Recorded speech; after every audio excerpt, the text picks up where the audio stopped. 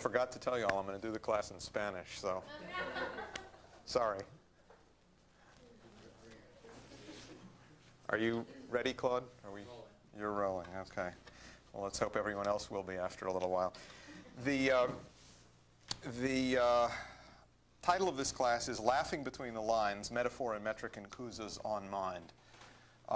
What that really means is this is a class about jokes, about time reversal and jokes in particular. So it's, of course, most appropriate that this morning's class dealt with some of the theological and other historical treatments of the issue of time reversal from the evidence visible on the board and so on.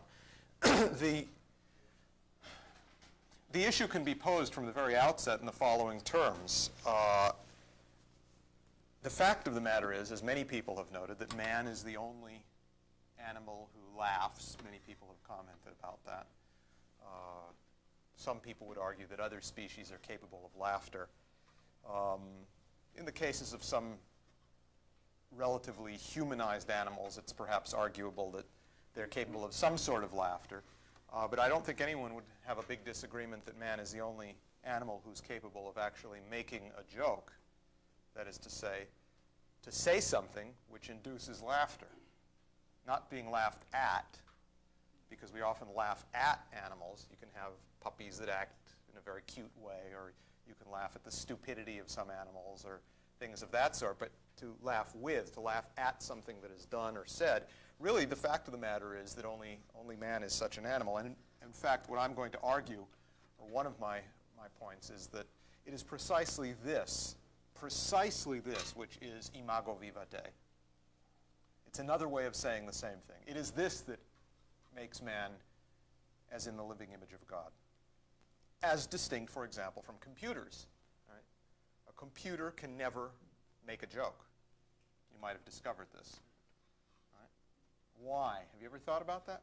What is it? What is it in the way of the difference between the makeup of the human mind versus the makeup of a computer on this specific point of humor? What's the issue? So I want to go at the question of what actually is the issue in jokes, in particular in puns, from the standpoint of time reversal with this idea in mind of imago viva Dei. Because there's a fundamental quality involved in joking, and in fact in the point of the punchline in a joke, the point at which the joke itself is enunciated, which is nothing specific which is said, but rather an insinuation of something unsaid. That is what's actually humorous. In other words, it's not what is named or said, it is what is unsaid. It is that which lies beyond the realm of names and language as such. For example, I'm sure you're all familiar with the case of the guys who went hunting, the three professionals. One was a doctor, the other was a lawyer, and the other was a mathematician, in particular a mathematical probability theorist. And they went hunting for geese. Right? So the doctor gets out there first. He's the first guy out.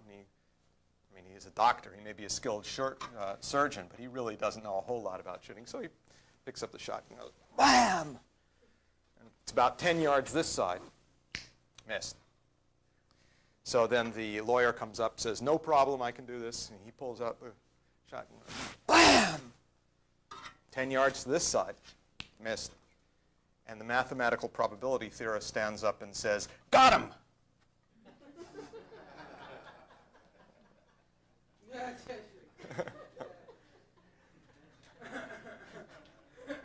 The delayed reaction is interesting. It's interesting. No, because that's how the mind works. We'll come to that. This is proof of how humor actually functions. It's mental activity. It's nothing specific that's said. Who could imagine that the two words, got it, could be funny? What's funny in saying the words got it? Is there anything funny about the words got it? Not particularly. What is it that makes it funny? Now, to actually get at the underlying epistemological issues behind this, the fundamental philosophical questions, we're going to need to recapitulate briefly a couple of things around the issue of time reversal. Because what you may have noticed is that what was actually humorous here was the totality of the joke as viewed from the punchline. There's nothing particularly funny about the course of the joke itself. The humorous thing comes in as your mind recapitulates everything that it has just walked through after the conclusion. The conclusion isn't funny. None of the points are funny. The whole thing strung together isn't funny. What's funny, the humor, is what is unsaid, which is the mental activity of recapitulating what you've just walked through from the standpoint of the conclusion, which is why the delay factor is of some interest in this and how it works, because it's your mind retracing the entire thing. Now, that's time reversal. That's a classic case of time reversal. Let me tell you what I don't mean by time reversal and what I do. Perhaps Will covered a lot of this, but I don't think it hurts to recapitulate to some degree. And if we say completely opposite things, you can tell me, and then Will and I will have a discussion afterwards, although I don't think that's going to happen. But actually, if you look at Lynn's latest writings, LaRouche's latest writings of the last couple of months on the issue of time reversal, you'll find out that the phrase he actually uses, the one that, and I think is useful to remember this to get the idea of what's at issue here, is time-reversed causality. Not simple time reversal, but time-reversed causality. Now, what am I getting at? Well, you may have noticed also that over the last couple of years, Lynn has stopped using the word negentropy and instead has insisted on using the word not entropy or not entropic. And he's explained exactly why. The reason for this is because the word negentropy triggers an association in the mind of people who have read Norbert Wiener and other things of the concept of entropy going backwards. Right? Simple entropy in time reversal. And that is not what LaRouche means by not entropic. He's not talking simply about taking entropy and standing it on its head, or taking a film clip of something that's entropic and playing the reel backwards. Right? That kind of time reversal. What he's talking about with not entropy is something completely different. He's talking about a different process of development which is completely contrary to the concept of the physical universe as described in entropy. And he's deliberately chosen to use the phrase not entropy to force the individual, each of us, to create in our own minds a positive concept which cannot be reached by simply trying to explain it in relationship to entropy. All right? Now, the question of time reversal is the same thing. Time reversal is not the arrow of time which marches along like, chronologically like a metronome, right? 1, 2, 3, 4. Time reversal is not the arrow of time taking it from going in this direction and saying, well, no, it actually goes in this direction. It's not a linear concept of time put in reverse. That's not what we're talking about here. What we're talking about is something else that's completely different. You're talking about a concept of time that actually functions at two levels simultaneously, two different types of time.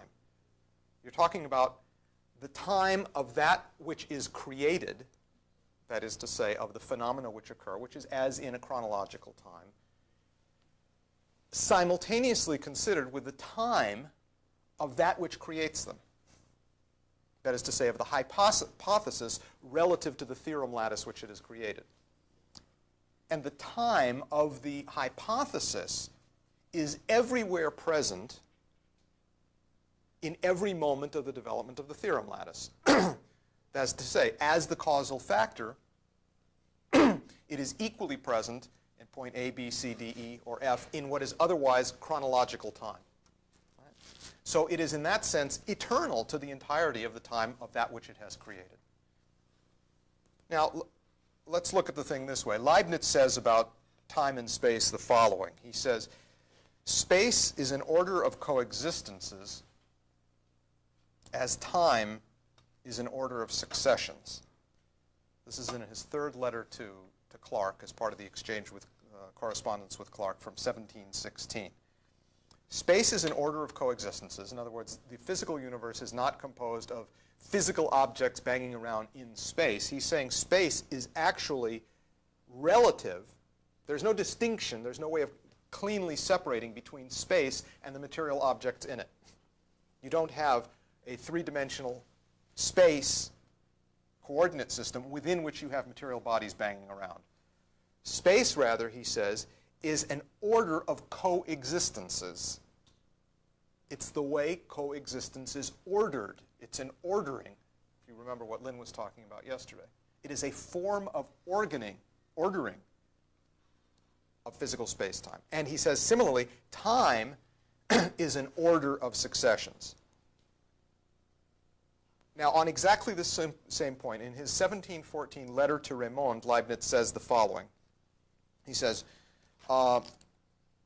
space-time extension and motion are not things but well-founded modes of our consideration. Then he says, the source of our difficulties with the composition of the continuum, that is the actual physical universe continuum, comes from the fact that we think of matter and space as substances, whereas in themselves, material things are merely well-regulated phenomena. And space is exactly the same as the order of coexistence, as time is the order of existence, which is not simultaneous. So the only thing that time is, it is not the clicking off of the clock or the metronome and so on. It is simply the order of existence, which is not simultaneous. So already from Leibniz, you have a completely relativistic concept of time and of space as well. The actual way to get at this concept of time-reversed causality, which we need for our discussion of jokes. I mean, otherwise you might think it was simply yet another philosophical concept of some trivial importance. But it's actually crucial, because without it you can't understand what a good joke is. I mean, that's one good reason to understand this. But to actually get at this concept of time-reversed causality, you really have to go back to Plato's solution to the paradox, or the apparent paradox, of the one and the many, which I can see from Will's discussion of the divided line you were discussing to some degree this morning. Because the point about the one and the many, and we've discussed this on other occasions, if any of you have been to previous cadre school classes that I've been here for, the idea of the one and the many is not simply the one as the aggregation, or somehow how do you put together the many to get a picture of the totality. That's not the idea. What is the idea is you want to think of the one as the causal singular concept which uniquely explains or causes all of the specific things, all of the many which are created. You want to think of the one as the hypothesis, which is at a higher level of existence, at a different level of existence, for starters. We'll prove that it's higher. At a different level of existence than all of the particularities of the phenomena which it is explaining. So you have a multiplicity of phenomena, if you want, either of experiences or of material objects, if you care to view it that way, which produce these experiences. And the concept of a hypothesis, of a one, is exactly that. It's that hypothesis which, through mental action, you create, and which is the causal explanation of the many. It's functioning at a totally different level than the many. It's not like you can get to the one through an aggregation of the many. It's not like you can have a concept of time as it relates to the one within the same general milieu or bounded universe of the many. You're talking about two completely different levels here. For example, this is what Lynn refers to frequently in terms of the idea of a theorem lattice and then the hypothesis which creates a succession of such theorem lattices. Within the realm of the theorem lattice, or that which is created, you have what could be called chronological time. Time which is clicked off like a metronome, or however you want to conceive of it. And time seems to march fairly regularly forward from past through present into the future through that time as it exists within the world of the created. However, if you look at that exact same situation from the standpoint of the hypothesis which created the theorem lattice, then you are looking at a concept of time which applies to the totality of that which has been created, to the many. And the time of the hypothesis is, on the one hand, as I said, eternal, everywhere present within the time of the many, but it's also simultaneous. It's neither before nor after. It's neither later or earlier. It's simultaneous and eternal at the same time. It affects all parts of that which is changing, but it is that which does not change through all change. One of the most useful examples, just to get an idea of the way to think of this, is the famous Heraclitus question of, can you step in the same river twice? If you view a river, quote unquote, a river, as your sensory experience of whatever the river is made up of, the water and the pebbles and the shore and the this and that and the other, it is clearly the case that you cannot possibly step in the same river twice. Right? Does anyone disagree with that? I mean, does anyone really think it's the same river? Clearly, if you define the river as what you're experiencing, what you experience 1 minute when you stick your toe in, and then you come back a minute later or even a half a second later or whatever, and you stick your toe in again, it's a completely different river. Nothing is the same. Everything has changed. The water has gone by, the rocks have moved a little bit, the wind is blowing differently. I mean, everything is pure change.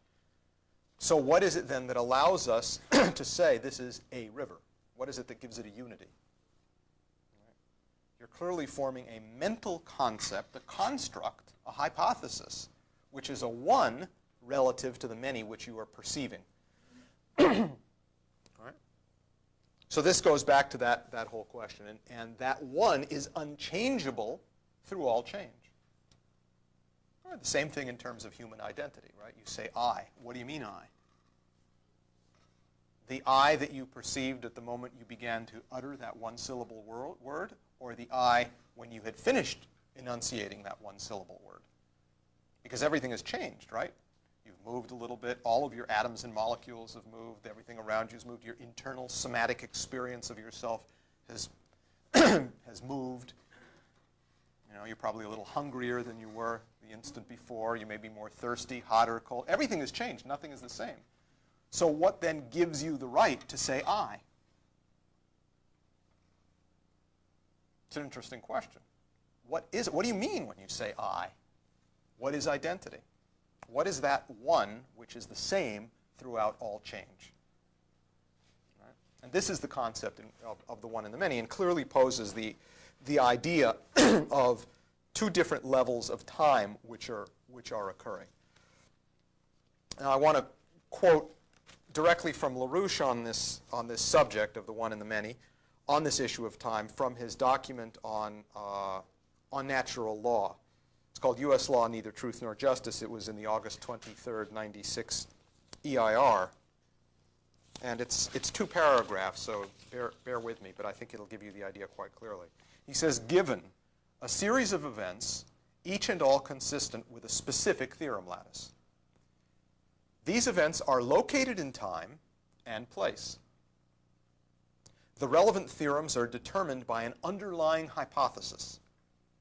In what part of that span of time and place does that hypothesis exist?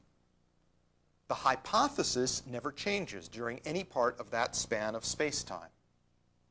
It exists, quote, simultaneously in all the places and times defined by that theorem lattice, but is confined to none of them. Meanwhile, that hypothesis is the necessary and sufficient cause for the selection of all of the theorems adopted as propositions for the occurrence of the events. In this respect, as sufficient and necessary cause, the hypothesis has the form of the good, which I see you discussed a little bit about this morning in terms of Plato. LaRouche goes on. He says, thus, rather than the Dr. Dolittle push-me-pull-me fairy tale myth of mechanistic causality, commonly taught in schools today, we must have the sense of efficient relationship among past, present, and future, as implicit in the Platonic notions of hypothesis and good. If one says, from this latter standpoint, that the future acts to shape the present, or that the present shapes the past and future, it is only in the Platonic sense of hypothesis and good that such an efficient role of time is to be premised. It is through the relatively timeless hypothesis, which shapes past, present, and future, that these 3 aspects of a continuing process behave as if they might be efficiently interactive at all times. They do not interact directly, of course. Okay, Okay? So no simplistic reductionist idea is that, oh yes, the future acts on the present and the past. That is not what is happening. It acts as if that were the case. And the reason that is so is because what is actually acting efficiently in the past, present, and future of the chronological time of the created theorem lattice is a different order of time of the hypothesis, which is eternal, it's timeless, that is to say, relative to the past, present, and future of that which is created. Okay? So keep in mind the parallel of LaRouche's concept of not entropy to begin to think about this issue of time reversal and how that works. Now, this, in point of fact, to actually get at this, takes us of necessity to, excuse me,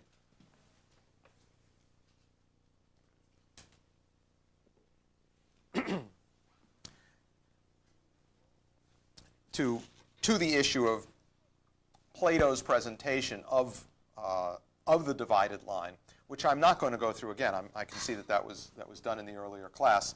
I'll summarize the basic idea of this, though, because it's necessary for what we are going to be getting into, both in terms of Nicholas of Cusa, on this issue of how you know what you know, and time reversal, and the relationship of all of this to the all-important issue of jokes.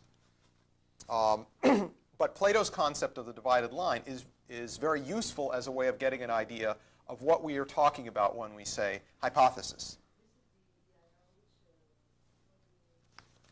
This one that I just read from is August 23rd, 1996, EIR. And it's the EIR that has a picture of Mike Billington on the cover, 1996. The Republic is probably one of the best places to read that. The dialogue called The Republic, in particular, chapter 6, book 6 of The Republic, which is where this discussion of the divided line occurs. And the basic point here that Plato is making is that the way knowledge actually works is by a process of successive developments of new overall concepts, ones, which explain the many which are the objects of experience of the mind. Right? In other words, the way the mind works is that it takes as its raw material, if you want to view it that way, first, at the first level, simply the perceptions that come from the visible world. Well, down here, right? The images produced by sensible objects. And from those perceptions, those images, the mind constructs a hypothesis, an explanation, a single, unique one, an explanation of what it is that's producing all of those sense perceptions. And this is what he describes as the way knowledge and mind actually works. This is the process of hypothesis formation. Now, Plato then goes on to explain that the way the mind actually functions, the way it actually works, is that it takes, that the mind works to see in the world of the intelligible much as the eye sees in the world of the visible. The world illuminated by the sun, the visible world illuminated by the sun, the intelligible world, the world of ideas or of thought, illuminated by the good. He says, think of the good as something like the sun, which illuminates everything around it, but it is not that which it illuminates. And then he explains how after forming an initial hypothesis about the nature even of objects, because hypothesis formation is involved in even conceiving of an object and calling it an object, like a river. That's a hypothesis. It's an educated guess of what you're dealing with. There's some unity here, you're saying. Your mind is saying there's some unity here. Or when you say I, what's the implicit assumption of using the word I? The implicit assumption is that there is such a thing as a unity. There is such a thing as an I. There is a one which doesn't change throughout all of its specific manifestations. In any event, then he goes on to say that in the world of the intelligible, the first objects of the understanding are the first class of intelligible things, are those concepts that come from the physical world. But the mind then constructs an actual universal concept distinct from the specific things which it's observing. This is what he calls a thought object or a form or an exemplar, and so on and so forth. And the mind forms such a hypothesis in the world of the intelligible regarding that which it is observing, that which it is taking as its object of thought. And then Plato goes on to describe the way the mind, in addition to constructing specific hypotheses to explain specific things, clearly demonstrates a capability of developing such an ongoing series of hypotheses. And that capability, which itself produces hypotheses, is a higher hypothesis. So you will have a whole nest of hypotheses, which is produced by a higher hypothesis. And then, too, the higher hypotheses, in terms, are produced by that faculty which is hypothesizing the higher hypothesis. So you're talking about a level of causality existing at a higher level than the simple objects which are perceived. And Plato explains this in terms of giving an idea of how the mind works and how it is that knowledge is actually formed. This is what is actually meant by the one and the many. So Plato has already gotten at the idea that that if you simply describe the world in terms of the space or the time of that which is created and which is around us, you're missing the whole point. Because what you've got to do is look behind to the causal hypothesis which has created that. And that leads you to a different concept of space and a different concept of time. Now, the issue which this raises is a crucial question of measurement. The issue of metric or measurement. How do you measure these distinctions or these differences in space or in time? Lynn argues this in a very interesting way in a number of his recent writings. He says, okay, if the time, the chronological time of the created, that is to say, the time of the theorem lattice as such, is not the same as the time of the hypothesis which created it and other theorem lattices, then that difference has to be measurable. He says, time is not an absolute, but it is only the name conveniently assigned to the experience of change. It's very much like what Leibniz says. Time is not an absolute, but it is only the name conveniently assigned to the experience of change. And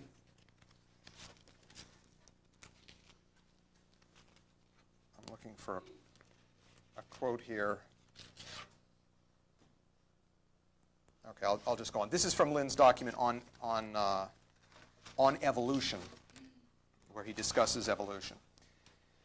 So what you have then is a situation where the time of the hypothesis, that is the way you're going to measure time in the area of the hypothesis, of the one, of that which is relatively causal to the many which is created, that time of the hypothesis actually is what creates the time of the lattice itself. And that the time of the hypothesis enfolds within it, includes within it, has within itself, enfolds within it, that which then becomes unfolded or unfolds as the time of the lattice.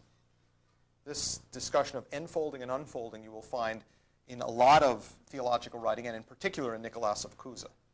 Right? You will find, for example, God enfolds within himself the totality of the created physical universe which he unfolds. But that unfolding, simply observed as an unfolding, is not, in fact, the enfolded totality which is within God, i.e. God and the physical universe are not the same thing. You cannot say God is the entire universe. You're talking about two completely different levels. Now, what LaRouche stresses on this thing, and I think this really gets to the heart of the issue, he says, if you're talking about two different ways of measuring time, or two different ways of conceiving of this, if it actually does not function as a strict chronological metronomic time, then you have to be able to measure the difference in some sort of an experiment between what the results would be based on the linear or the chronological time of the lattice which is created versus the measurement of time from the standpoint of the hypothesis. This is exactly the same issue of curvature that Gauss, Riemann, and others approached. This is the Eratosthenes experiment. If the curvature, that is to say the metric, the unit of measurement on a plane surface, if we're going to say that, okay, the unit of measurement on a plane surface in this type of geometry is very simply what we've all been told. The shortest distance between 2 points is a straight line. That is to say, it can be measured in terms of the Pythagorean. Right? You form a right triangle, and you say that that difference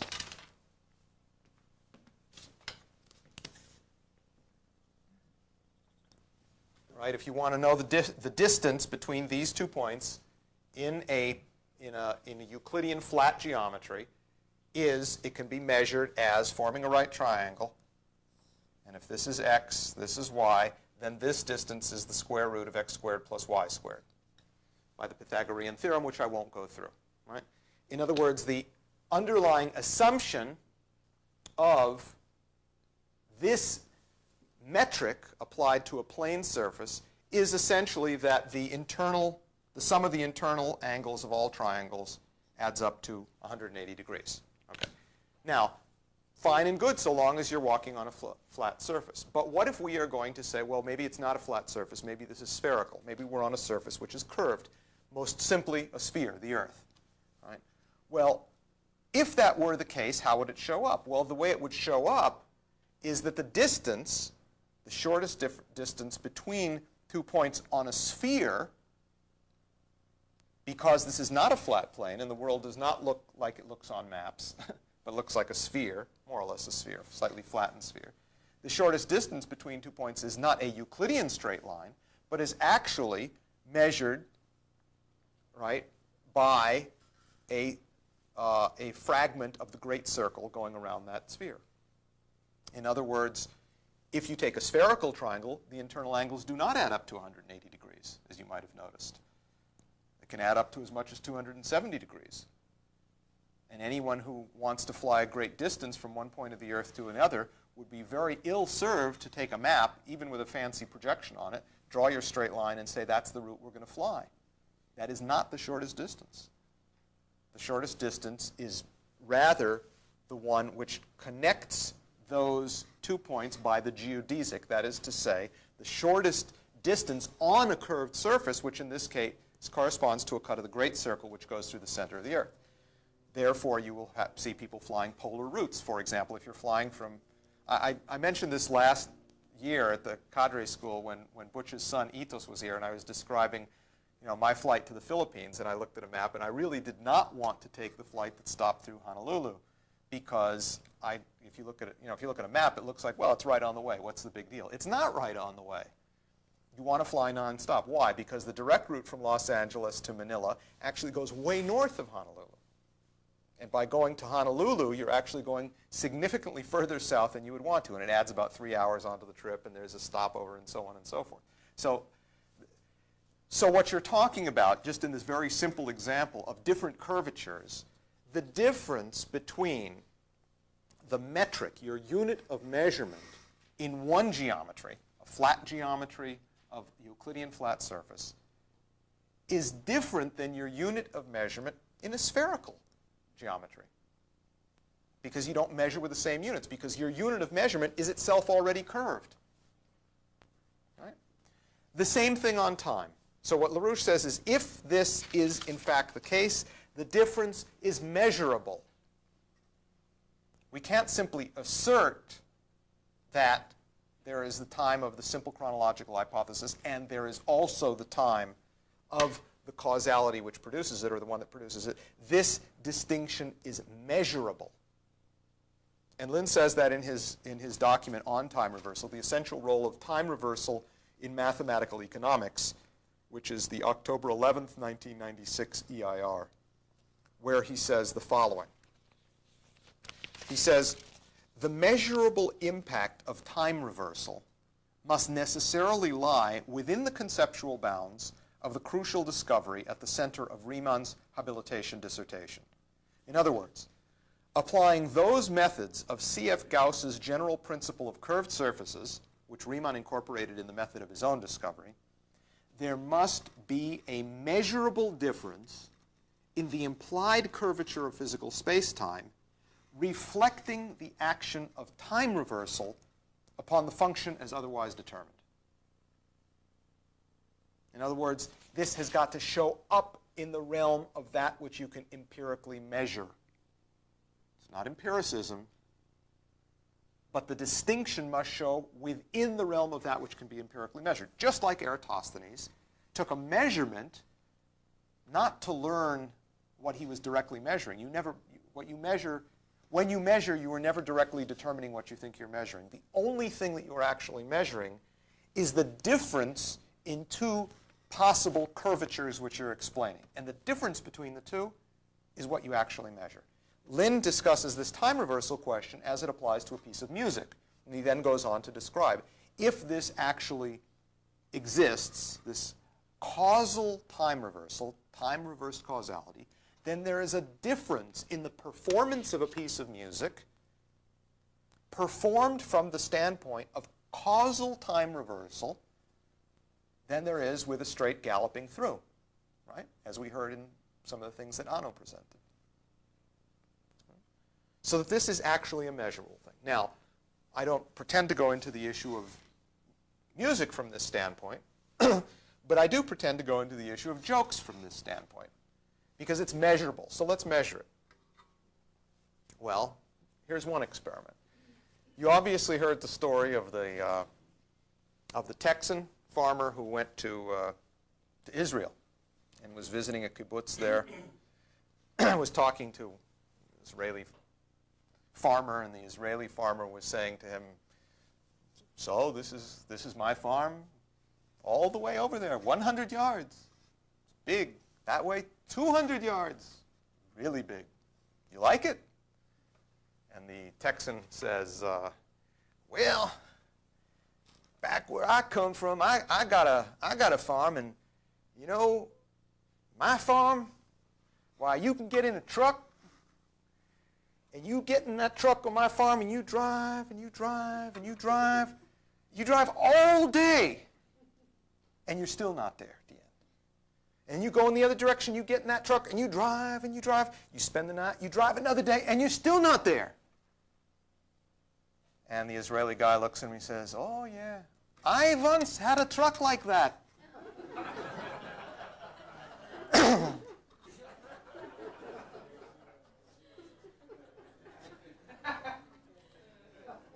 See, it's measurable. It's measurable. Now, let's develop our science of measurement a little bit further. For this, we have to turn to Nicholas of Cusa. And in particular, what I want to do is walk through with you a dialogue of his, which is, in Italian, it's called Idiota de Mente, which in English is translated into the layman about mind. This is frequently referred to as on mind or about mind. It's a relatively short dialogue of Cusa's. It's written in 1450. It's part of a trilogy of 3 dialogues. By the way, Docta Ignorantia, Learned Ignorance, was written in 1440, a decade before this. So this is after his basic fundamental breakthroughs and discoveries in the realm of science and theology in Learned Ignorance. In 1450, he writes 3 dialogues. One is called The Layman on Wisdom. And the reason it's called The Layman is because it's in the form of a dialogue with a layman, with a common man who, of course, turns out to be extraordinarily more intelligent than the philosopher with whom he is speaking and the other guy, the guy who takes him to the philosopher, who's basically just a demagogue.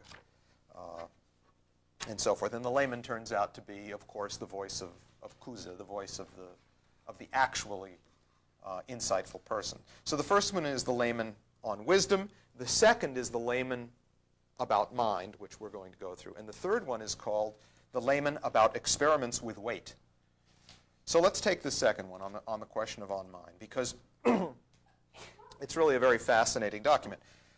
Cusa begins by saying that the word in Latin, because this is written in Latin, the word in Latin for mind, mens, M-E-N-S, actually comes, he says, from the word for measurement, mensurare. And the reason that that's the case is because the nature and characteristic of mind is that it measures. Now, what does that mean? He says mind is that which embraces, or enfolds, if you will, all exemplars. That's the word that he uses, exemplars. When he says exemplars, it's a very similar concept to Plato's concept of form or idea. He's talking about a one, a mental construct which is a one to explain the causality of the multiple of the many which is being experienced. So he says mind is that which embraces all exemplars. And I'll read you his quote on this. He says, first, mind is that from which comes the limit and measure of all things. In fact, I propose that mind, mens, is so called from measuring, mensurare. And then the philosopher asks him, do you think that mind is one thing and soul another? And he says, I surely do, for mind subsisting as such is one thing, another when embodied. And then he says, and develops this further, and then he says, but therefore I conclude that mind is the same as the soul of a human being.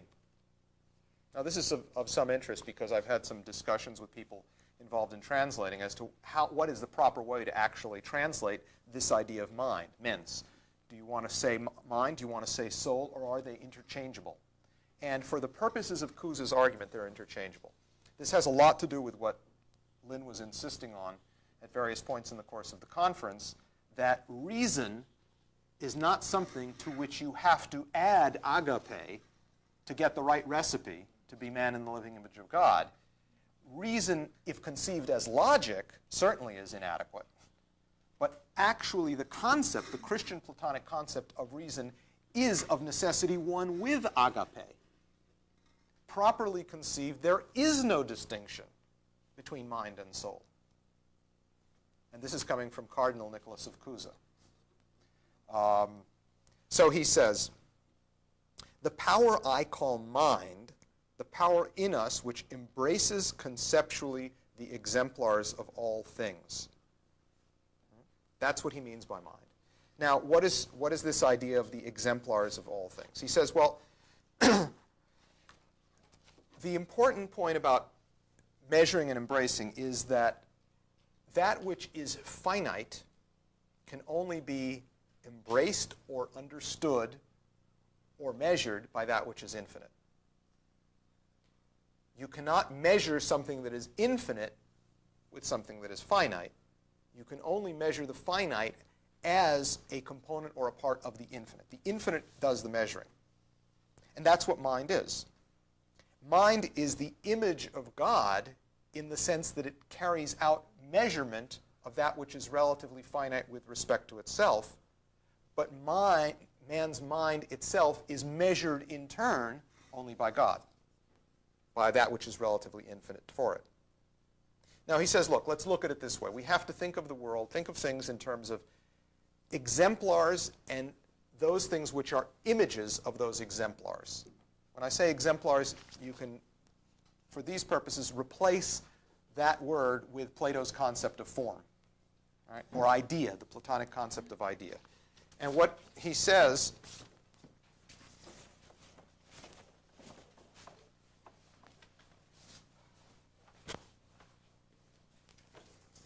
he develops the following little scheme. He says, okay, let's, on the one hand, we have the exemplar or the original of something. And on the other hand, we have its image. And here also we're going to put as rows the original and the image.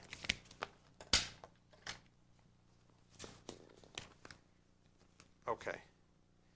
He says, all right, first we have God's mind, or God, as the original of all originals. And its image, its reflection, or its image, just think of it the way you would normally think of the word image. If this is the original, the image of God is man's mind. All right? Then he says, if God's mind is the original, what God's mind has also created is the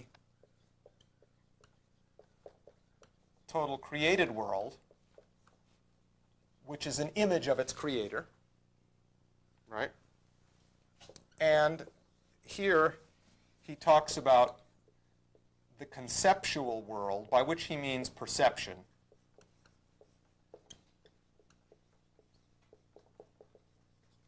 Which in turn is an image of the actual physical created world.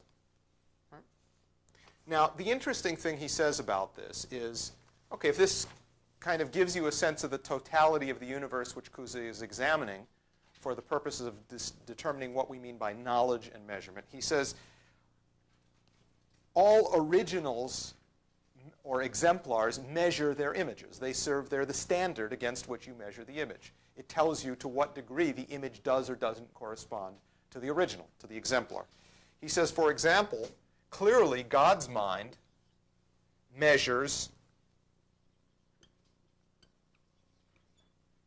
man's mind, right? And also measures the created world. Because the original, that is to say, the hypothesis, the creating hypothesis, conceptual world or perception. Perception, what you perceive, your images. So number one, God's mind measures both man's mind, which is made in his image. It is the image of God, and therefore God measures that, and also the created world, the physical universe. Man's mind, right, measures the conceptual world of his perception. In other words, your mind allows you to measure that which you are perceiving, the images which you have. All right? And similarly, the created world, the physical universe itself, is the original with respect to the image of it, which is your perception of it. So 3 measures 4. In other words, physics measures mathematics, for example. Right? Okay, better? The physical universe is the actual measurement. That's how you measure the accuracy of this, for example, is with respect to the created world. However, the really interesting thing here, he says, is that 2 also measures 3. Man's mind measures the created world. Man's mind is part of the created world. Yes. Number 2, that is to say, man's mind, which is made in the image of God. The created world is also created by God. Man's mind is part of the created world, of God's created universe, yet it is this which measures the created world. That is to say, it is relatively infinite compared to the created world. In other words, it is the highest expression of God's created universe, says Cousin. It is part of the created universe, but it is its highest expression.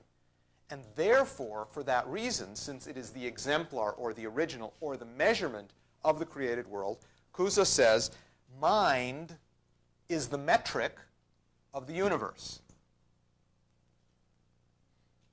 The only way to measure the universe is with the human mind. It is the relative infinite compared to all of the rest of creation around it, i.e. knowledge is totally subjective. Think back to what Helga said in her conference presentation, where she pointed out Kuza's friendly amendment, or his critique of Plato and Plato's limitation on this issue of knowledge and science being subjective. What Kuza is saying is that mind is the metric of the total universe. There is nothing else outside there that is known other than man's own mental activity in hypothesizing a mental object which is an explanation of what's going on. So for Kuza, mind is the metric of the universe. And it is this which makes mind imago Dei. Yeah.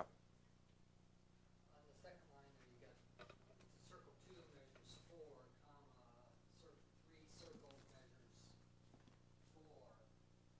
Could that be written the other way rather than the comma? Oh yeah, sure. You can just list it below there. Yeah, that's not a problem. I mean, in other words, both man's mind measures the conceptual world, but the physical world is also a measurement of the conceptual world, because I'm going to be using it. That's the problem. So I kind of need this. I'm not going to. Well, when I get to the board, I'll move it out of the way. Any other suggestions? Okay. So mind, it is this capacity of mind, mind's capacity for measurement. Keep in mind what we've been discussing about metric, changes in curvature, what you're actually measuring, jokes, and so on and so forth. It is this capability of mind as being the metric and measurer of the universe, which is imago Dei, says Kuza. It is this which makes mind in the living image of God. Because why? Because it elaborates concepts that are not in the sensible, not in the world of sensation. And mind alone does this. Kuza says that Aristotle says that understanding is an accident. That's an actual quote. He says, Aristotle says that understanding is an accident. Kuza says, no, it is not an accident. It is exactly that quality of elaboration of concepts not in the sensible, that is to say, forming ones, which is what distinguishes mind from everything around it. And I'll read you the relevant quote where he says, something is present to mental intuition which was not present to sense nor to reason, namely the exemplary and incommunicable truth of the forms which are reflected in sensible things. So it's this capability, this quality of mind, which gives life to the individual person and gives him a soul. The body is a necessary vehicle. Kuza is by no means a Machiavellian, a Manichaean on this matter of viewing the world as divided between good and evil, and the good is the ideal mental side and so forth, and everything that's physical or material or body is bad, and that's that Manichaean view, which is also a Gnostic view. That is to say that the created universe is bad or evil.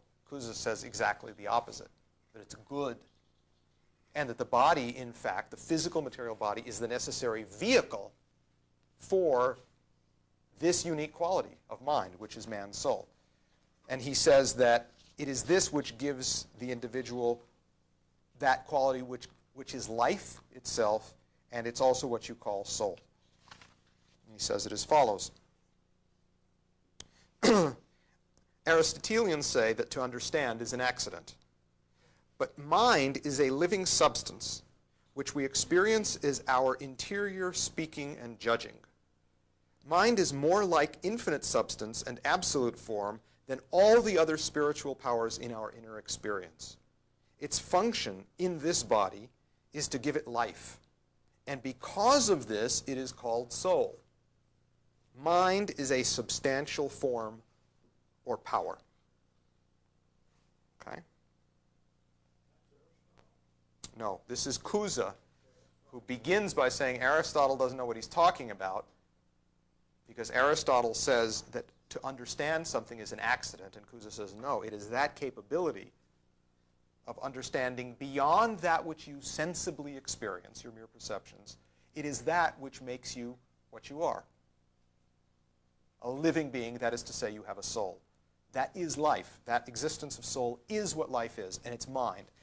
Mind how? We're progressing on this thing. Let's get a little more into what he means by this. And he says it is this capability, this quality of the individual human being, which makes him in the image of God. It's this which makes him in the image of God, nothing else. He says our mind is the image of that infinite being. Think of this also. Our mind is the image of that infinite being which enfolds all images, just as the first portrait of an unknown king is the model of all the other copies which can be painted from it. Knowledge of God, his face, is accessible only in mental reality whose object is truth. It is not further accessible except through mind, so that mind may be the image of God and of all God's images following upon the exemplar itself. Okay? Now, Cusa doesn't leave it at that. He goes on to explain what he means by this mental capability of understanding that which is beyond the sensible. He says the mind is capable of making from the many a one. He says in the same way that a musician or a sculptor makes a one out of a many. And I think that this parallel or this metaphor takes on some more meaning after what we've all experienced in this last conference with the concerts and so on and so forth. He says the following.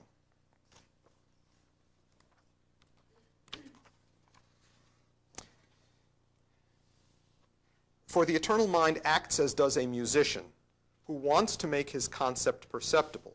A musician gets a plurality of sounds and puts them in a fitting harmony. Plurality of things proceeds from our mind. Mind alone counts.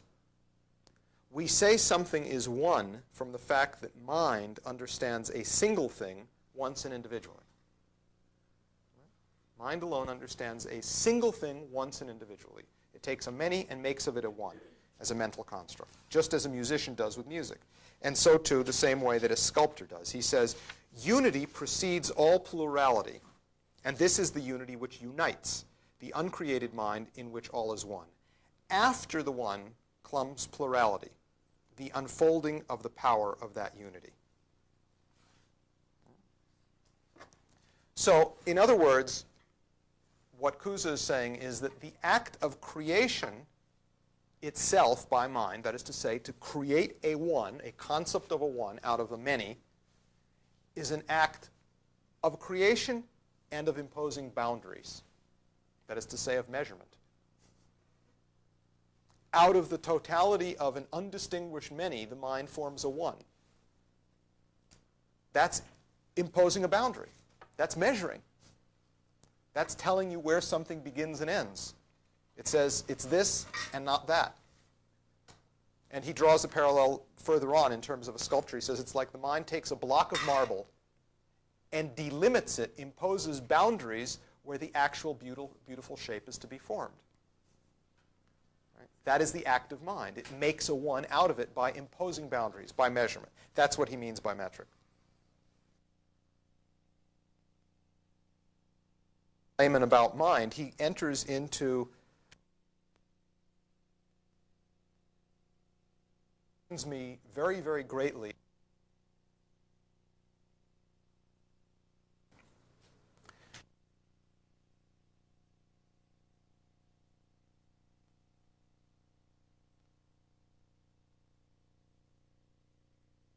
Mind is actually taking itself as its own object. In other words, its own subjective construction of thought objects as the object of knowledge itself, which is a real tremendous break forward. In other words, the subjectivity of science.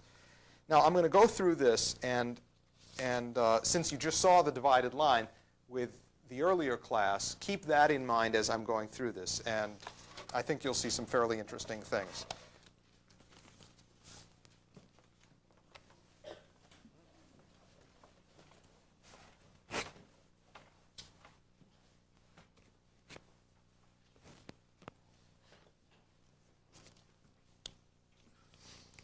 Okay, the way Kuza goes at this is he says the following. He says there's 3 phases or steps of human knowledge. And these need to be described in terms of the following parameters. We're going to take 1, 2, and 3, and it's going to start off simple and it's going to get complicated. So bear with me. Bear with Kuza.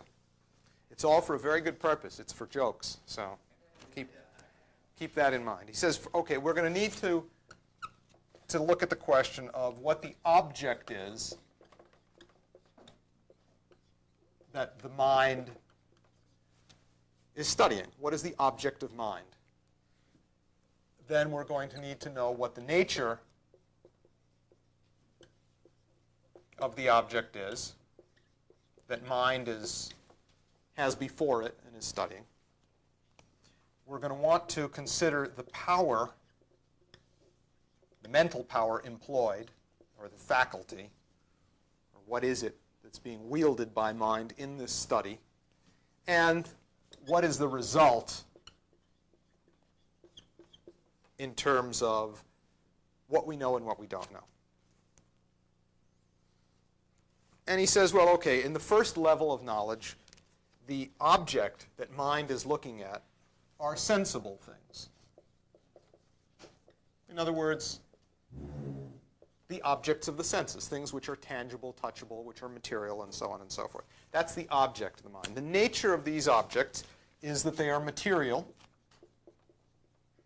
made of matter, and that they're changeable. In fact, they do nothing but change, like the river. Right? It's constant change going on. And that's the nature of the objects which mind has under study in stage 1 here. The power employed is that of mind, of the human mind. And the result, in terms of our knowledge, scientific knowledge and so on, how true is this? He basically describes as conjecture. Sort of like perception. It's not very convincing. It certainly is not scientific. It's a conjecture. Right? And then he goes on to explain that what you know in this level, in level number 1, is only the changes which occur. You know the changes. You don't know things in themselves. And under these circumstances, measurement is, in fact, very imprecise. If you're only measuring things that are only changing, there is really not a whole lot of precision that you can get out of your measurements. And this is what he says as for the first phase of this. And I'll read it to you in his own words, so you don't have to take my word for it. Kuza says, since mind gets only the notions of sensible things through these assimilations, in which the forms of things are not the true forms, but clouded by the changeableness of matter, therefore all such notions are conjectures rather than truths. This is why I say the notions which are obtained by rational assimilation are not certain. They are in accord with images of forms rather than with truths. Okay? Fairly straightforward. No big deal. Okay. Then he says, all right, well, but in our ascending quest for knowledge and truth, in typical Platonic fashion, what's the second object of mind? How does this work? Well, from this, you are able to generate a concept of, and you take as an object of mind, the exemplars, or the forms. For example, the idea of a circle. Not a specific circle, not a specific sensible object, but the concept of the exemplar of which the specific circle is the image. Okay, so the object of our mental activity in this second stage are the exemplars, or Plato's forms, same thing. And the nature of these objects is that they are immaterial. It's a thought object. It's not a material thing. And they're unchangeable. It's a concept of a relative one. It doesn't particularly change. It's not the changing specific objects or the perception you have of them. It's an unchangeable, immaterial form. And that's what your mind is looking at. Now, here's where the interesting thing comes in. What is the power employed? And here's where you begin to have a branching with Plato of some interest. I don't want to overemphasize that because I think the identity of their method is far more striking than divergences. But here he says the power employed is mind looking at its own immutability. In other words, the power of mind that you are employing in this stage of the discussion is mind observing as its own unchangeableness. In other words, what is it that does not change? What is the power, in other words, of mind which you clearly possess through all change? So it's mind looking at its own immutability. And the result of this exercise at the second level is the mind generates concepts or names. It gives names to things. When you name something, you're pronouncing a relative universal concept, a one, about that beyond change, right? You're saying, oh, this is a piano. You're not saying this is 7,459 quadrillion molecules organized in the following form, and if someone plays a key, it's going to be different than what it was before. No, you're saying this is a piano. To name something is to refer to precisely that immaterial, unchangeable aspect of it, which comes from the exemplars. And he says this is a lot like mathematics. This is what mathematics does. And he emphasized that it is not the same thing as the truth. We are not yet there. And about this stage of things, he says that measurement, the process of measurement here, is more precise. It gets you closer to the truth. It gets you to the exemplars, but it doesn't. You're not there yet. And that what your mind is examining is not matter. It's different from matter itself, but it is roused by the images of matter. That's the level that we're at on this thing. And I'll read you Kuza's statement of this stage. This is a little bit longer, so 2 paragraphs, so concentrate on this. He says, beyond this, beyond number 1, our mind, taken not as immersed in the body it animates, right? That word animates is interesting, isn't it? Anima is the Latin word for soul, which it animates, but animates also means to give it life. Remember what he was saying about mind is what gives you life, and it is the same as soul. So, taken mind, not as immersed in the body it animates, but as mind in itself, though joinable to a body, looking now to its own immutability, makes assimilations of forms taken not as immersed in matter, forms not as immersed in matter, but as they exist in and of themselves. Mind now conceives of unchangeable quiddities of things, using itself as instrument without any bodily spirit. For instance, it conceptualizes the circle as a figure for whose center all lines drawn to its circumference are equal. No circle existing outside the mind in matter can have this mode of being. For it is impossible that 2 lines drawn on a material surface be equal, and even less possible that such a circle be drawn. So the circle in the mind is the exemplar and measure of the truth of the circle on the floor. Right? Thus we say that the truth of things exists in the mind in the necessity of connection. That is, in the way the truth of the thing demands, as was said about the circle. Because the mind makes these assimilations in itself, and separated from matter, it assimilates itself to abstracted forms. In accord with this power, it constructs mathematical sciences with their certainty, and discovers that it has power to assimilate itself to things insofar as they exist in the necessity of connection and to construct concepts. The mind is roused to these abstractive assimilations by phantasms or images of the forms. It acquires these images through the assimilations made in the sense organs in the same way as a person is moved by the beauty of an image to ask about the beauty of its original. Okay? So that's stage 2 in the pursuit of truth, or the good as Plato would have it, in Cousé's conception of this. But this is not yet truth. This is a higher level. It's closer to the truth than we were here. Here we only had conjecture.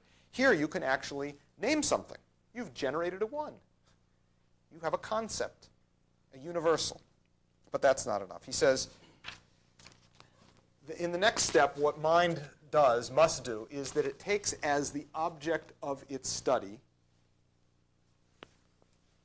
what Cousé calls unity beyond all variety. The nature of the object which is being studied is, what you're looking at is mind's own power as the assimilation of the one. In other words, mind's relation to God. The power of mind being employed to examine this idea of unity beyond all variety, the power employed here and only here, not before this, is mind as imago Dei, what he otherwise calls intellect, or what Plato would call reason. Only here. This doesn't happen before. Mind is not in the image of God unless and until it is examining the world and itself from this standpoint. And the result of this exercise is what he calls intuited absolute truth.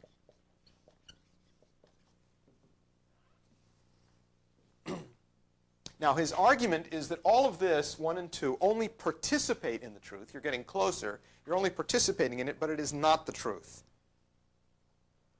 It is not the truth.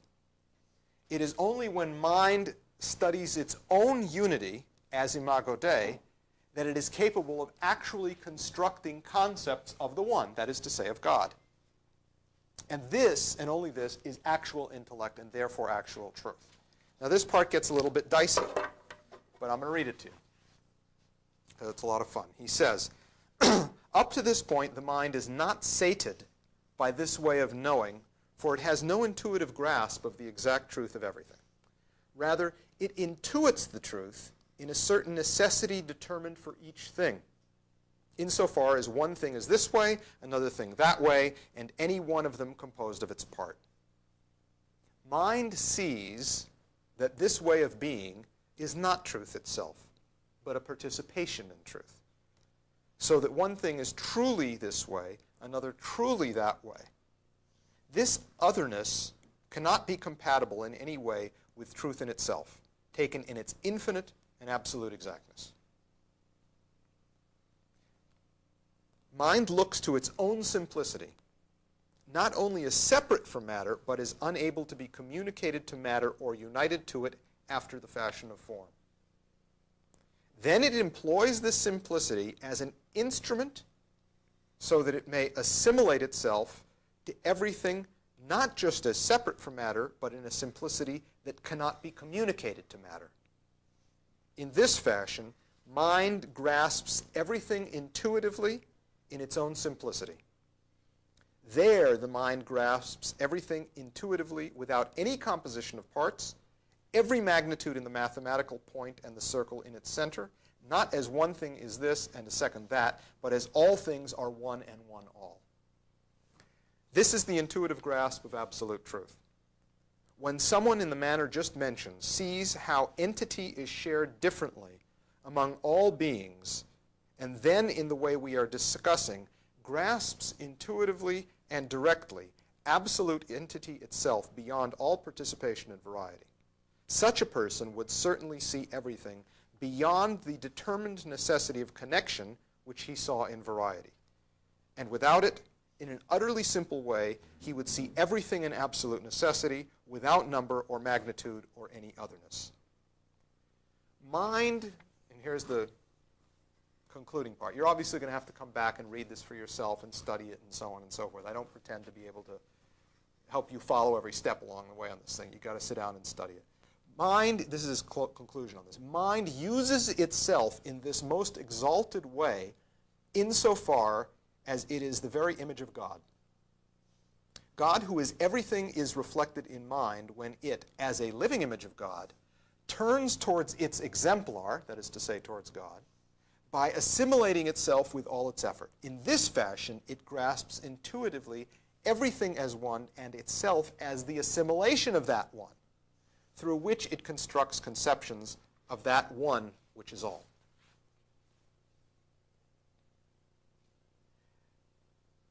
That is the concept that Cousa develops of Imago Dei.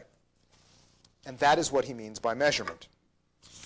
That is what he means by mind as the metric of the universe.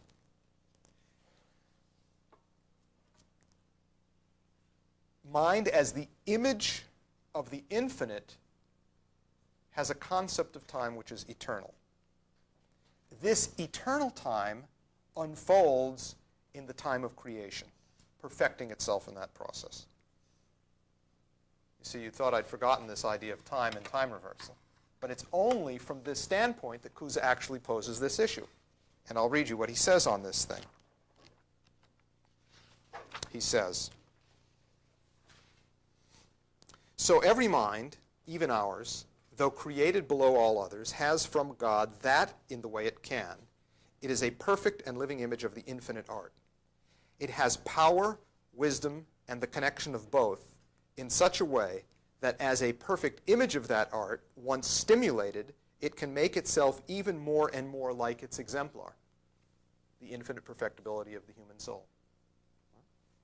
He says, once stimulated, it can always make itself more conformed to the divine reality without limit, even though the exactness of the infinite art stays always unreachable. So it perfects itself in time. But what is this concept of time? It says, mind is the image of eternity, but time is its unfolding, though an unfolding always less than the image of the eternal enfolding. Mind remains unmeasurable, indefinable, and unlimitable by every reason. Only uncreated mind, God, only uncreated mind measures, limits, and defines our mind. So mind is the metric, as the infinite, is the metric of the entire created universe. The metric of man, that by which man must measure himself, is God. And concretely, he argues elsewhere, Jesus Christ. Only the infinite measures the finite, and it is that which determines time. That's how it works. Now, thus this concept of time is measurable. So let's proceed directly to the task, armed with these tools. Since we've been speaking of theological matters, I presume you're familiar with the case of the now famous incident between God and Satan's hordes, a bunch of little devils, because what happened was that the devils, on Satan's instructions, one day grabbed a bunch of broomsticks and punched a bunch of holes and up to heaven, right? God was riding around on his horse, as he often did, presumably still does. And he, of course, came across this hole punched in the bottom of heaven. He got really angry, and he told his minions around him, he said, "Fill this thing up right away. This is unacceptable. This pothole's got to be fixed up." So they scrambled around, they did it. And the devils that were down below were a little bit pleased by what they'd done, but also pretty nervous because God was starting to get angry. So they went running back to Satan and said, "He's getting angry." Satan, "Forget it. I want you to go out there tomorrow and do a bigger hole." So These little devils with their broomsticks, bam, big hole, ran off and so on. God comes riding by on his horse, a white horse, of course, and sees this big hole and says, gets really angry, much further, more angry. He says, this is completely outrageous. I'm not going to tolerate this. I'm boss here. This stuff stops. This gets filled up, and that's that. And the little devils get really frightened, and they go running back to Satan, and they say, what are we going to do? What are we going to do? He's really getting angry now. This can't continue. Satan says, don't worry about it. It's all bluff. Not going to happen. You go out there, and a huge crater. That's what I want you guys to do. So they go out there, and there's this gigantic crater. And God, of course, the next morning runs across this thing. He almost falls into the damn hole. And he says, that's it. That's the final straw. That's it. And there's nothing else going to happen. You guys have really had it. I'm going to take you guys to final judgment, and that's that. And the little devils go down and tell Satan, this is it. We're in really trouble. It's all over. He's taking us to a final judgment on this thing. He's going to sue our pants off. And Satan says, him? He doesn't even have any lawyers.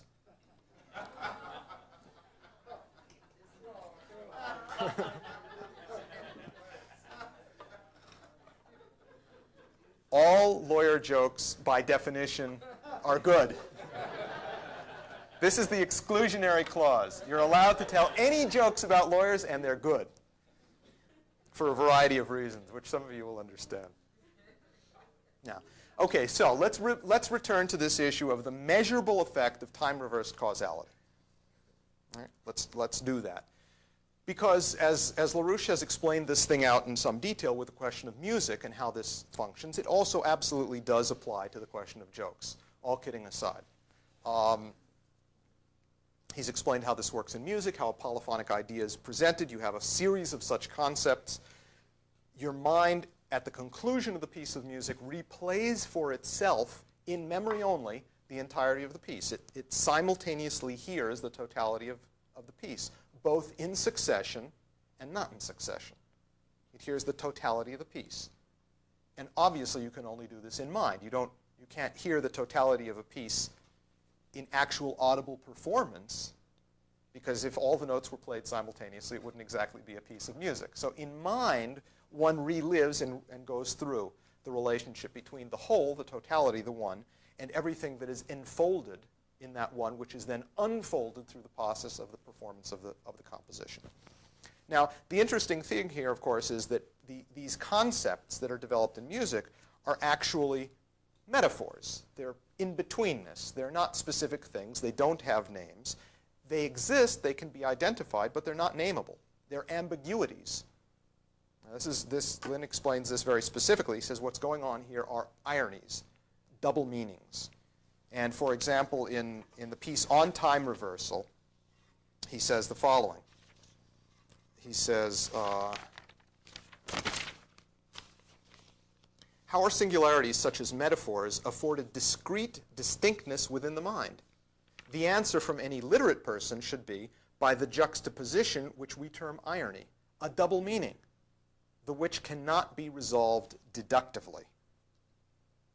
So it's a double meaning, a double entendre, something that means two things at the same time, that makes your mind think of both simultaneously. Well, this is clearly exactly what happens in good humor, in jokes, in puns especially. Now, fortunately, I've made a really great discovery, a fundamental discovery. I haven't really wanted to announce this, but it turns out that Nicholas of Cusa had a fourth dialogue, and it's called The Layman on Jokes. Now, this one he didn't write in Latin, conveniently, since I don't read Latin. He wrote it in English. And what he lays out in this document is the following thesis. He says, look, there are four distinct qualities of a good joke. There are four things that are required to actually have a joke. And they're the following. The first is ambiguity, this idea of ambiguity that LaRouche was just discussing. And this is most clearly evidenced in puns. All right, what's a pun? A pun is a word or an audible sound which your mind simultaneously interprets as two things. Right? It's two things at the same time. And that ambiguity, the humor lies precisely in the ambiguity of the relationship of those two things. Right? It's the punchline. It's what hits you at the end. It's something that forces you to recapitulate what you've heard, but listening to it simultaneously from two different standpoints. Right? Just like a piece of music. You hear the whole thing at once in memory. Now, there are good puns, there's bad puns, there's in-between puns, mediocre puns, and so on and so forth. I have a couple of mediocre ones for you to exemplify the point. I've been trying to come up with some good ones, but maybe with some audience participation we can come to them. I was told this by a fundraiser yesterday who said this actually worked for fundraising when you're talking to someone who really is totally blocked and they don't want to discuss things and so on and so forth. So you tell them a joke, and he said, "Well, you may have heard this. This is the case of the guy who goes to to his psychiatrist and says, 'Doc, I'm really having a lot of problems. I can't figure out who I am. And one moment, I think that I'm a wigwam. The next moment, I think that I'm a teepee. I don't know what's going on.' And the doctor says, 'Well, it's obvious. You're too tense.'"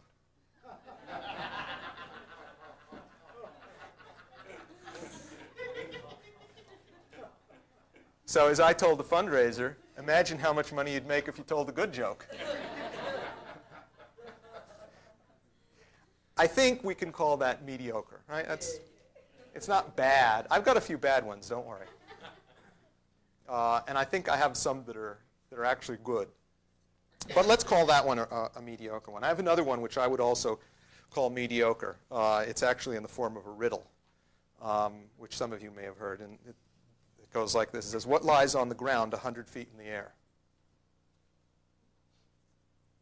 A dead centipede.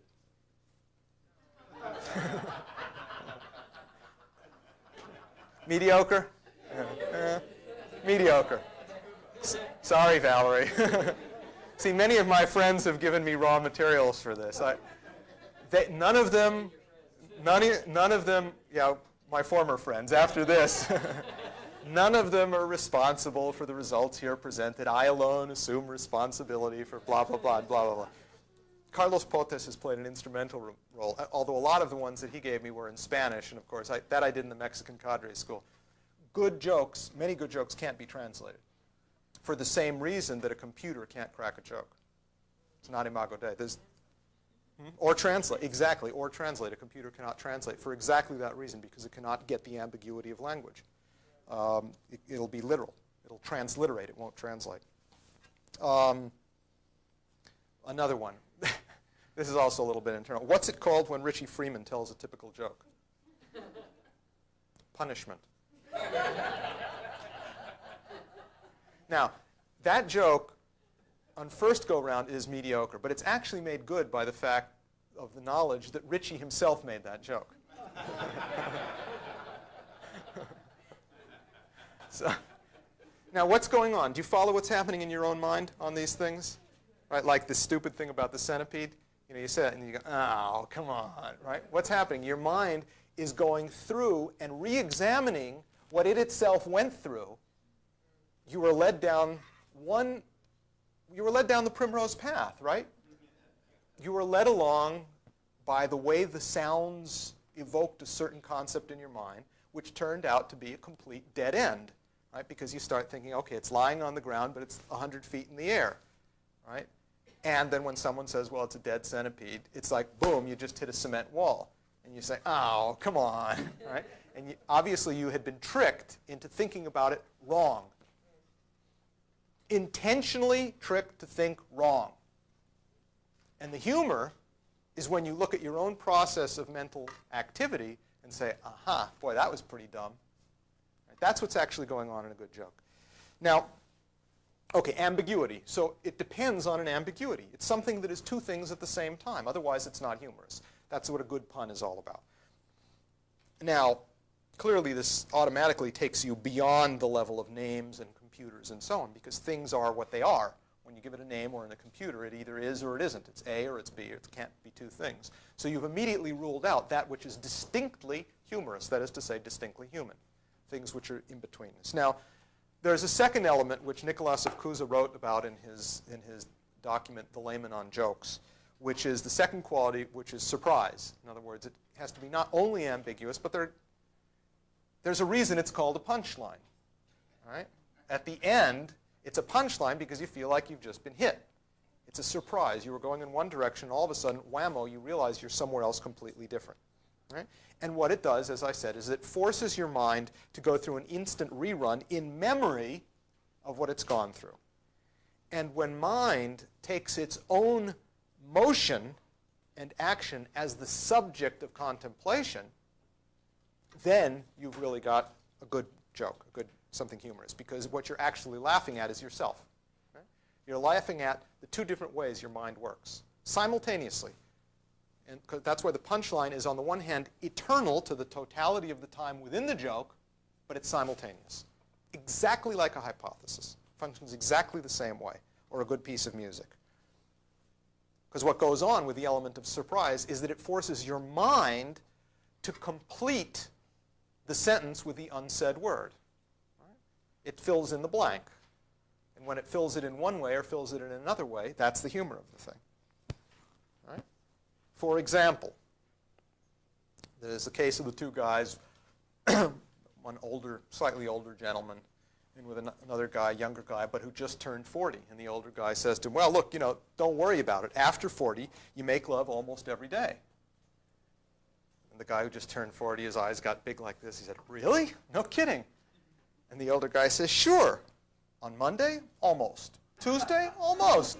Wednesday, almost. Thursday, almost. Well, the over 40 crowd liked it anyway. That's all right, George. I laughed also. Right. Now, what's going on there? Well, you were thinking certain thoughts, weren't you? But, okay. Now, another one which I just heard, which is this kind of thing, the surprise element. Two couples, older couples, they've been around, they've been friends, they know each other for a long, long time, and they play cards all the time. And, one of the guys has gone through a very difficult period, and he used to be a really forgetful guy, but he really played an incredibly good game. It's bridge, I guess, that they were playing. Incredibly good game. So at time for the break, after one of the sessions is over, the wives get up and they go into the kitchen to make coffee and so on and so forth. And so the one guy says to the other, he says, boy, you're really in great shape. You didn't miss a move tonight. You remembered everything. What's going on with you? What's happening? He says, oh, I took a memory course. It was terrific. I really learned an awful lot about it, and I mastered this completely. And the first guy says to him, really? What was it called? What's the name of the course? He says, what do you call those plants with, with the thorns and those flowers, those fluffy flowers? The other guy says to him, Rose? He says, yeah, that's it. Rose, what was the name of that class?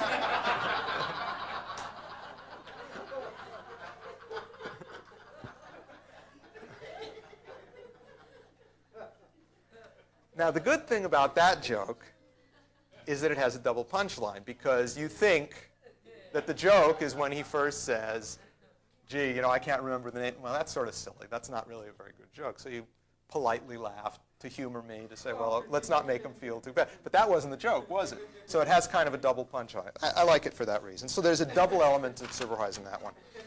Now, Nicholas of Cusa, being a man of great philosophical insight, realized that it was not adequate to simply have the element of ambiguity or the element of surprise, which is very important. But same in music. Exactly the same in music. You have to have both ambiguity and surprise. But the third crucial element to a good joke is that it has to lead the listener to some insight into the human condition, or his own mind, or other people's minds. It has to ennoble the person. It can't just be vulgar. There are some jokes which are slightly ribald, but that's okay if it actually leads to your mind's ennoblement. Similarly, jokes that make fun of certain attitudes or mental abilities and so on and so forth are okay if it forces you to reflect on yourself or other people or foibles and so on and so forth. It's not good just to make fun of a whole class of people or nationalities like Polacks and things like that. Those, right? So that it has to put it in Platonic terms, it has to generate motion towards the good. I mean, it really does have this function. It must force you to reflect on the human condition. It has to be like tragedy in that sense, that it presents something which leads you to think in a different way about yourself and the world. It's preferably about yourself, not just at someone else's expense. Now, I'll give you an example of a bad such joke that does not lead you to insight. Every nationality and every ethnic group has jokes of this sort. In the United States, they're Polak jokes, they're Newfie jokes. In Colombia, they're pastuso jokes, because pastusos come from pasto. Right. In Argentina, they make jokes about Gallegos that come from Galicia in Spain. So every culture has these jokes, where you goof on somebody else to feel superior and snicker. Right? Okay, well, for example, in Colombia, there's a joke that goes around about a guy from Pastuso. And what there is there was a bank robbery, a big bank robbery in Pasto. And they brought in the country's greatest detective, Sherlock Holmes, Dupin, whatever you want to, whatever you like in the way of detective capabilities. And he studied everything, footprints, this, that, and the other, and so on and so forth. And he came out after weeks and weeks of study, and he says, well, there's one thing absolutely that I can determine from this, because they'd come in through a tunnel. He says, there's one thing that I know absolutely. And the press gathered around. What is it? He says, this heist was carried out by pastusos, from people from Pasto. Oh, how do you know that? It's simple. There's two tunnels, one to go in and one to come out. Now, that's not a very good joke. I mean, because everyone knows that if it were pastuso, they would have walked in and tunneled out. I mean, it's obvious.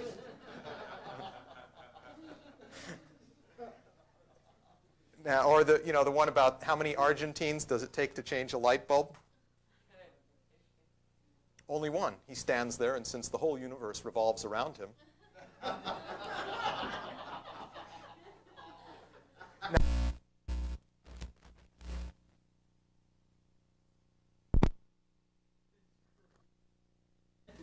Now, but, again, it's important. It has to ennoble the mind. It has to lead you to an insight.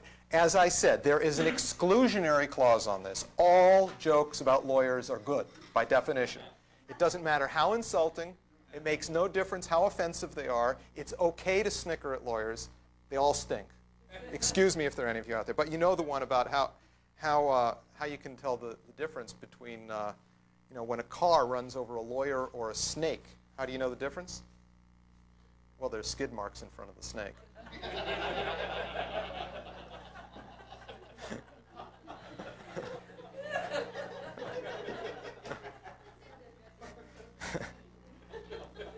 It's not bad. I mean, not bad in general. Since it's about a lawyer, it's good by definition. More on this question of insight into ideology, into the way people think, and so on. This is the story of a young Jewish kid who's Orthodox Jew, who's about to get married. And he's studied, and he's gone through. And so he's got a couple of questions for the rabbi before he gets married, because he needs to know the do's and the don'ts and the rules and how you do things and so on. So he goes to the rabbi and he says, Rabbi, at my wedding, do you think, could we have dancing? Rabbi says, absolutely not. Dancing is prohibited. You read the Talmud, it says, absolutely you cannot dance. What kind of question is this? He says, I'm sorry. I got one more. Okay, what's your question? So he says, well, then we get married. I know not before, but after we get married, Rabbi, can my wife and I, can we have sexual intercourse? Of course. Of course, this is one of the purposes of marriage. He goes on, gives him a whole long lecture. The Talmud says this, the Talmud says that. Of course, it's very important. The purpose of marriage is procreating, having a family. Of course you can have sexual intercourse, no problem. But one more question. Yes. Then my wife and I, before, no, after, I know. Only after the wedding, after we get married. Then we make love.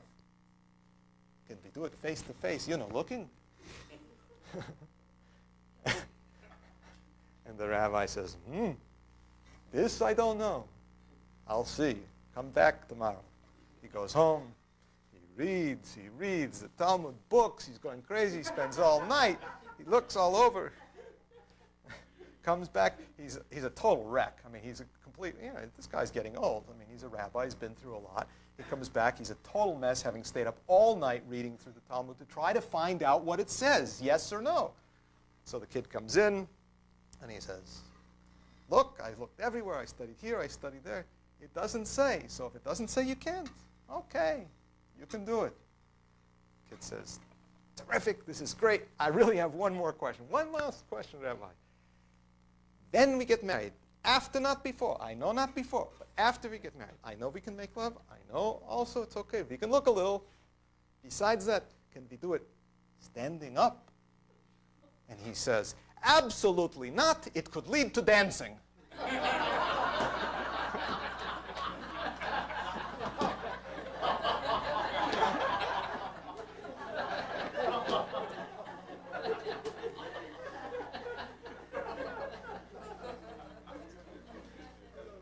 So you see the problem with fundamentalism. Right? Now, that joke went over real big when I told it in the Mexican cadre school. Everyone got a good belly laugh out of that. And this next one, there was a slightly different response. This is the story of a, tour of heaven. Got a bunch of people just went up there. St. Peter. It's another religious joke. This is a class on theology, right? So I got to tell religious jokes. So a group goes up there. St. Peter's going to give them the tour, show them around, new arrivals. They want to give them a picture of what's going on there. So he throws them around. He says, and over here we have these guys in deep religious prayer, holy people, deep religious prayer, and St. Peter says to the new visitor, he says, and here we have the Muslims who are up here deeply religious and so on and so forth. And then they go to the next area, and there's a group of people reading and studying and very erudite and so on and so forth. And St. Peter explains, it was already pretty obvious, but he explained, and these are the Jews. They're here. This is what they're doing. Then they come to another area, and he goes, shh. It's a closed door. Shh. The guy says, why? What's the problem? He says, it's the Catholics, and they think they're alone.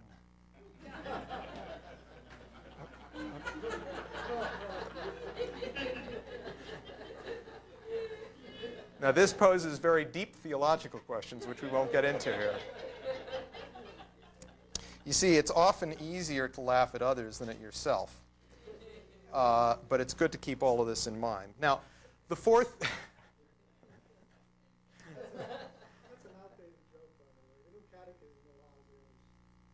Well, okay, there you go. There you go. See, so there are theological questions involved in this. So, and if anyone has a good joke on Protestants, tell me about it. I'll try it out on my wife. So, the fourth quality, and just to conclude on this point, the fourth quality, as explained by Cardinal Nicholas of Cusa in his dialogue, The Layman on Jokes, written in English, is the whole question of delivery or execution. Now, as anyone who has ever had the misfortune of listening to a joke told by Fernando Quijano,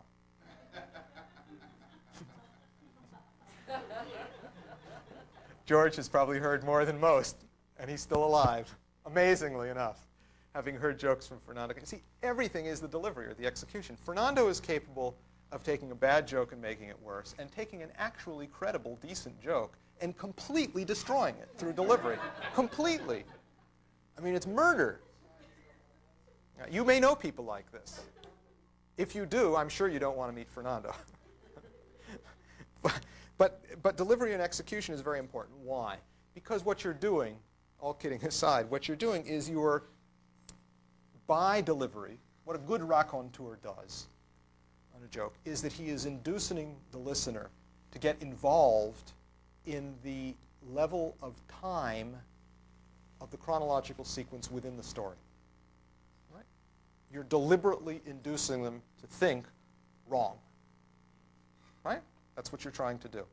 And what you do is you get them involved in the time within the joke, and then you bring into bear at the right moment, with the right timing, the time from outside the joke.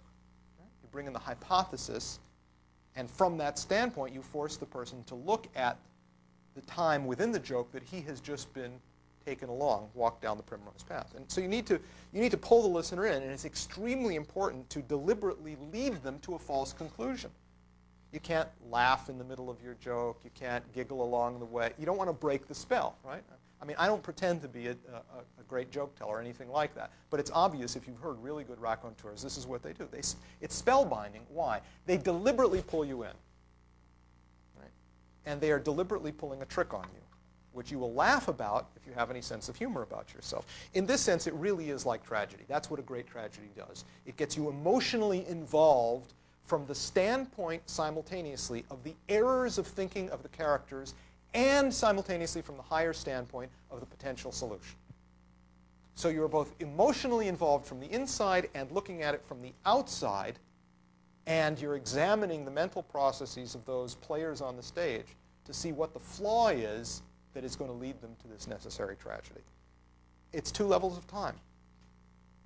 And a great tragedy employs this concept of time-reverse thinking or time-reverse causality about your own way of thinking. You look at your own errors of thought from the conclusion of where that's leading you to in order to change them.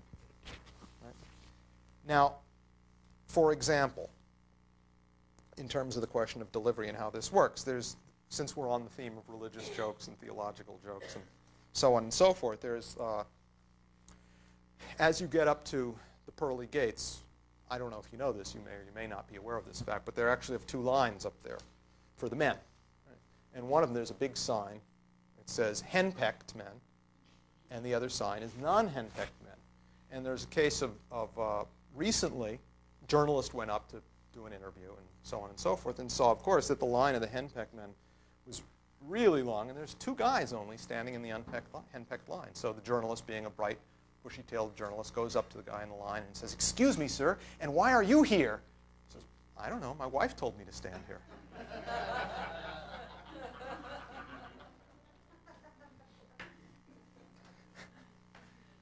Now,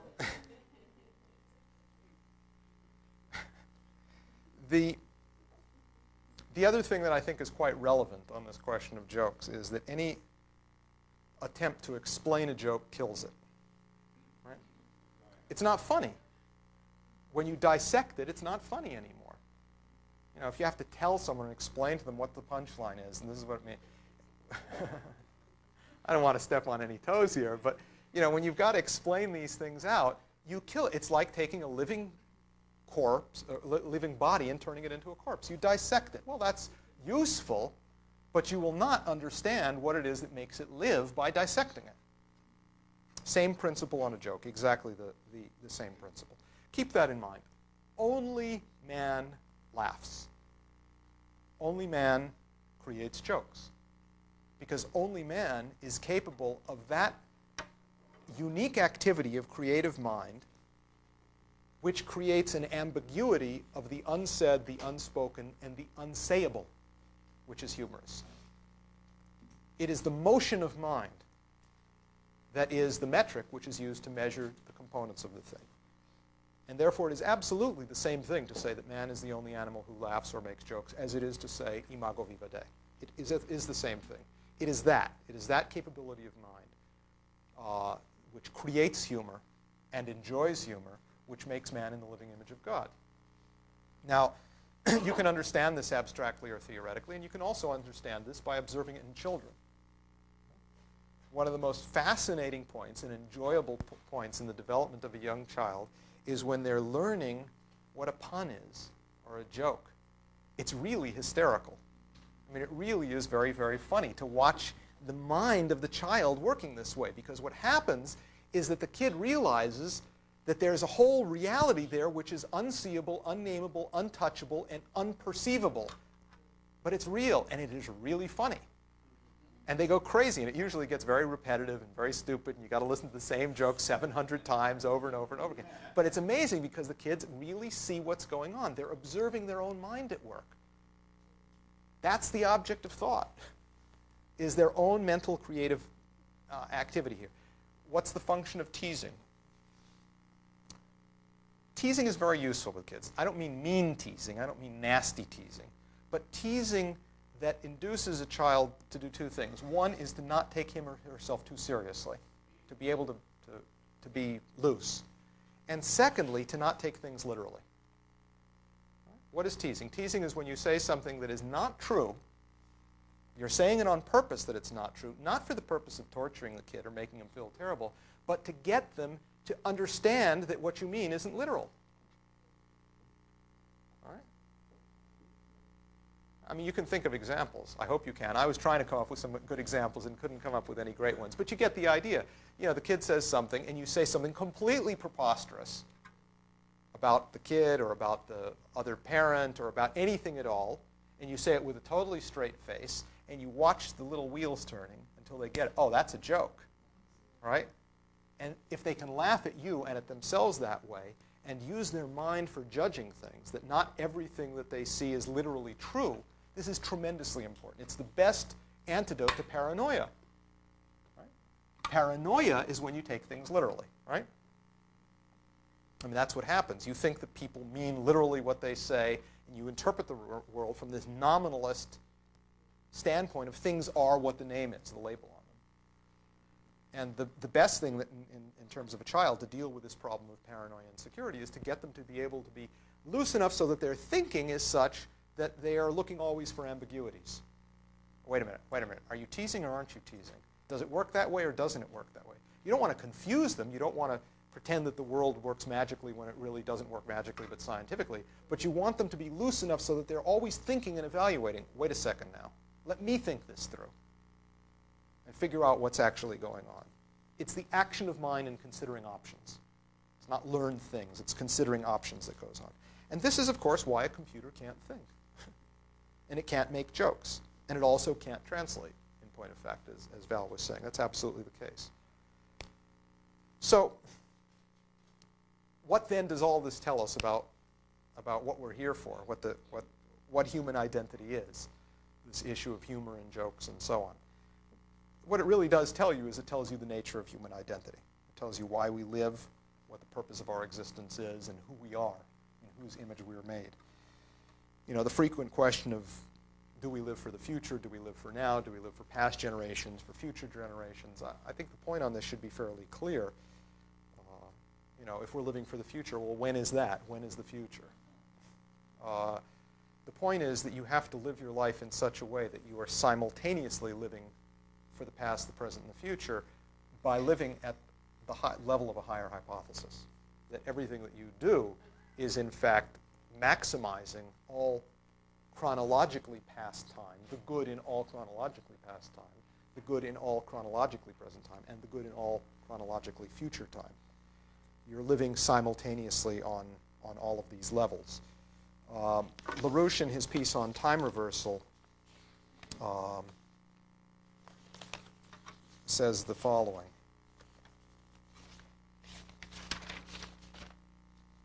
When is the future? At what point in time? Similarly, what is the beginning point in time from which to define the cumulative past with which the future is to collide? The answer to this seeming paradox was already known by Plato, by Augustine of Hippo, and therefore also Thomas Aquinas. All time is subsumed under a general regime of simultaneity. The highest expression of change is that lattice of higher hypotheses which expresses the transfinite notion of hypothesizing the higher hypothesis. What underlies that lattice? That lattice is underlain by what Plato distinguishes as the good. In the analysis situs of hypothesis, that good is simultaneously efficient in all times and places which might exist. Thus, in those terms of reference, the past and future, as hypothesis, are existent as efficient agency in each present moment. With that in mind, that scientific view in mind, I think that we have the basis and the tools for understanding what is of necessity the most important question for all of us, which is what is human identity, what is the meaning of life. One must live in such a way as to give meaning to all past, all present, and all future existence simultaneously. And in this regard, I think the proper conclusion is the statement of Leibniz's, which I put on the board at the outset, which I think is of really great importance in understanding this concept of jokes and of time reversal, which is one is obligated in conscience to act in such a way that one can give an accounting to God of the time and power he has lent us. Thank you very much.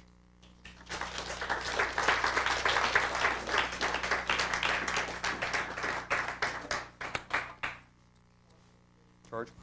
Yeah, Jess, it's really good to see you. Jokes are tools of political work. I remember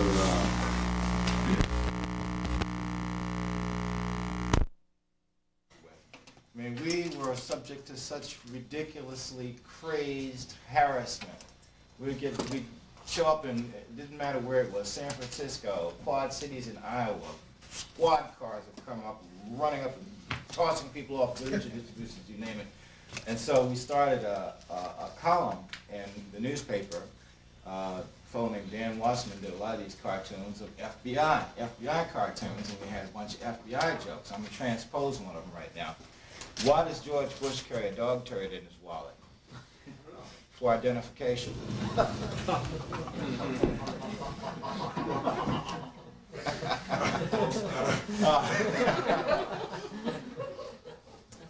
I give you a couple more? Sure. Yeah.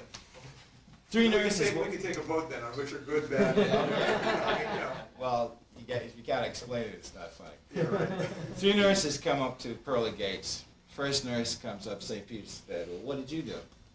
She says, well, I worked in the ER. He says, oh, that sounds great. It must have. You really did something important. Go on in. Second nurse comes up, St. Pete says, well, what did you do? She says, well, I worked in intensive care. He said, wow, it sounds like a tough job. Go on in. Third nurse comes up, St. Pete says, well, what did you do? She said, well, I worked as a utilization review coordinator for a managed care plan. So St. Pete says, hold on just a minute. Reaches into his drawer, pulls out a set of dice, throws and writes something down, pulls out some yarrow stalks, throws them around, pulls them out, pulls out some chicken bones, throws them down, reads and writes something else down in a slide rule, and he says, okay, tell you what, I can authorize you for 3 days, then you have to leave.